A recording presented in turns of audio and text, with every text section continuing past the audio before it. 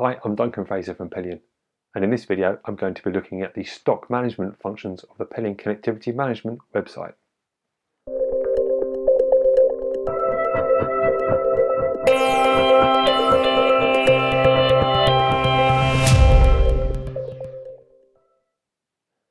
Inventory control is a key part of connectivity management, and with the Pelion Connectivity Management service we have an inventory tab where you can take a look at what's going on with your devices, what your stock levels are like, and reorder. Back at the main dashboard, it's the first item on the list, your current unused level, and when that gets too low, we've got the tools in place so that you can automatically order more and have them delivered to site. The inventory section shows the list of currently active devices, your unused stock, and allows you to report by network operator.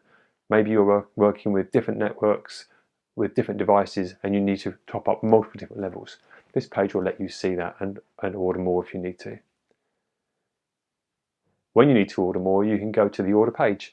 You can simply select the operator that you want to use, the tariff, the quantity, make an order. It's that simple, and we'll be handling in the background, sourcing the SIM cards with the correct tariffs enabled, and we'll get them out to you or to your site so that you can keep running your factories.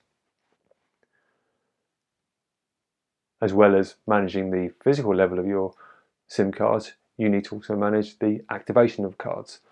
We don't tend to supply cards deactivated. They can be used, but they haven't been enabled to work with a particular network operator yet.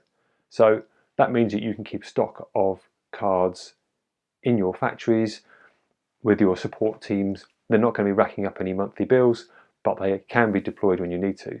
And with our activation management section, you can individually enable activate cards or upload a whole file, a bulk upload, and switch multiple cards on at the same time.